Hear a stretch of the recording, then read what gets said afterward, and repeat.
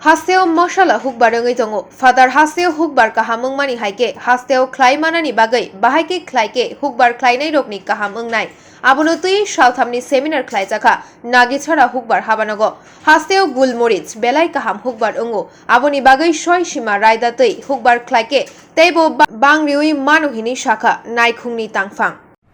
Sir আজকে যে আপনাদের এখানে একটা কর্মশালা চলছে এটার বিষয়ে একটু বিস্তারিত বলবেন। হ্যাঁ, এটা 3 দিন ব্যাপী আমাদের যে মশলা আছে এই রাজ্যে যেগুলো চাষ হচ্ছে বা তার বাইরেও যে মশলাগুলো চাষ করা সম্ভব তার সম্ভাবনাময় দিকগুলি এবং কিভাবে চাষ করলে পরে কৃষকদের লাভ হবে এবং শুধু চাষই নয় তার যে চাষের পরবর্তী যে প্রক্রিয়াকরণ আছে তার প্রক্রিয়াকরণের মধ্য দিয়ে যে কৃষকরা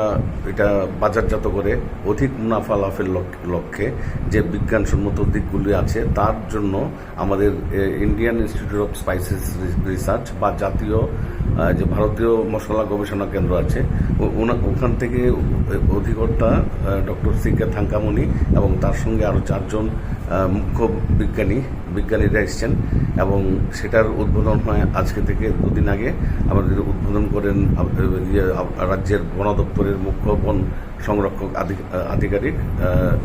ডক্টর খুশবন্ত সিং সেটি সাহেব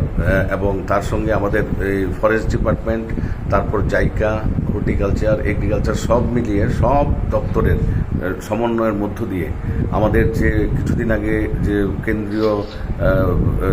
আরডি মিনিস্টার যে গ্রাম উন্নয়ন মন্ত্রী এবং পঞ্চায়েতি রাজ মিনিস্টার শ্রী গিরিরাজ সিং জি এসেছিলেন এবং ওনার একটা নির্দেশিকা ছিল যে ত্রিপুরা রাজ্যে গোলমরিচ চাষের ব্যাপ্তি ঘটানো এবং গোলমরিচ চাষের সঙ্গে সঙ্গে তেজপাতা এবং যেটা দিয়ে রাজ্যের যে কৃষকদের যে বাড়তি একটা আয় করার সুবিধা করে কারণ গোলমরিচ যে সাধারণ আম কাঁঠাল এবং সুপুরি নারকেল তার মধ্যে চাষ করা হয়ে থাকে তো আমাদের রাজ্যে এরকম প্রচুর প্ল্যান্টেশন আছে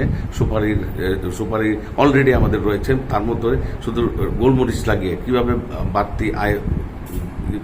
আয়ের ব্যবস্থা করা যায় তার নিয়ে আজকে একটা প্রশিক্ষণ 3 দিন ধরে কর্মশালা চলছে এবং তার সঙ্গে সঙ্গে অন্যান্য মশলা যেমন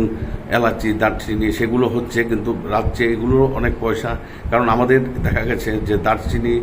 আমাদের যে চাহিদা রয়েছে সেটা 26,000 মেট্রিক টন সারা ভারতবর্ষে কিন্তু তার মধ্যে মাত্র আমরা 6,000 মেট্রিক টন উৎপাদন